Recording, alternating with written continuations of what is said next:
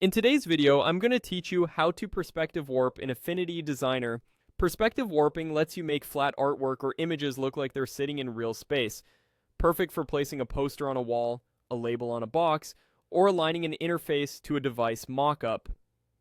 Let's walk through it clearly from start to finish so you can get clean, convincing results.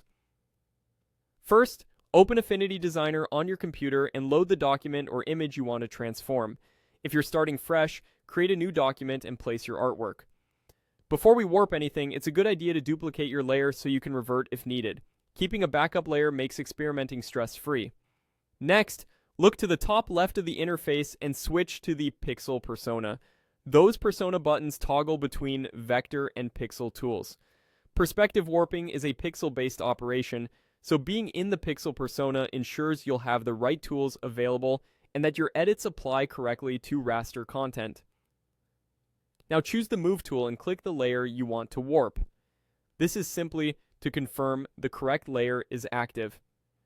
If it's a group or a vector object, consider rasterizing a copy so the perspective effect applies consistently.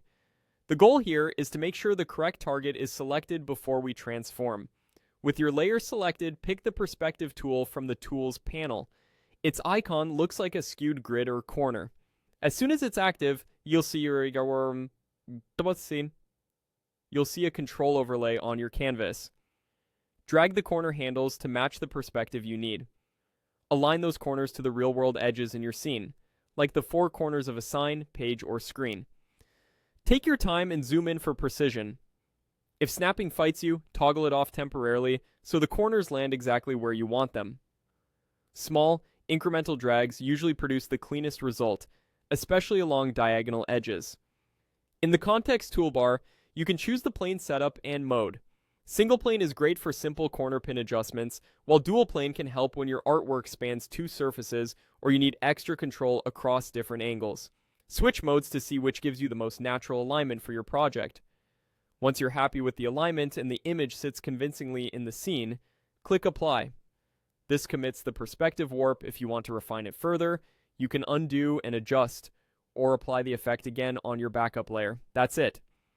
With these steps, you'll quickly turn flat designs into realistic, perspective-correct visuals right inside Affinity Designer.